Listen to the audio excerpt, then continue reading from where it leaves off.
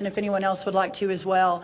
When you look at the chart, which is behind our, by the way, our new Deputy Secretary Stephen Vaden started yesterday from the great state of Tennessee, Governor Lee.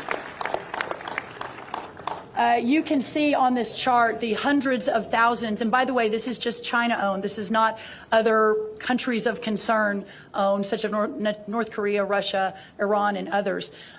You can see that a lot of those, the red blocks, are actual military bases.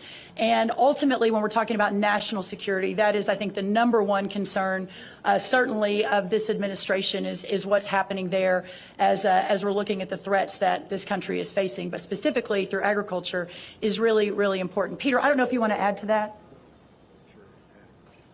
And thanks for asking that question. If you look at the gradations of threat, that's the most obvious. I mean, how did we let that happen? How did we let that happen? And Siphius, Greek word, I think, for like doing nothing, right? But not during the Trump administration. And I can tell you, if nothing else happened today, having Brooke Rollins on that board, give her a hand. That's a big deal. But if you look at the concept here of unrestricted warfare that I talked a little about earlier, it's not just the idea that you can surveil troop movements, flights, all the things you would worry about just from a pure national security view. But you remember when they arrested the Chinese spies on the Iowa farmland? You all remember that?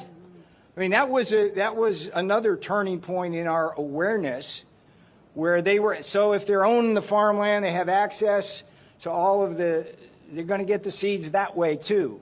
And so ultimately, the other thing they want to do is, which is why they bought Smithfield Foods. I don't know if you know this, but China consumes 50% of the pork in the world. Did you know this? That's astonishing.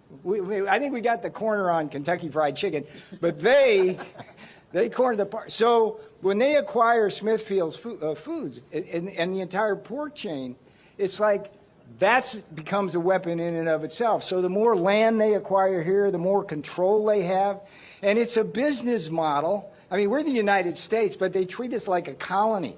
They do the same damn thing down in Zambia with tobacco.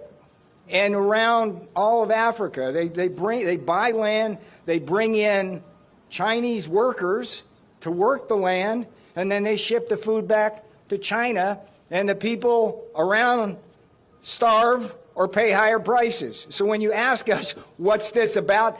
It's about everything. Food security is national.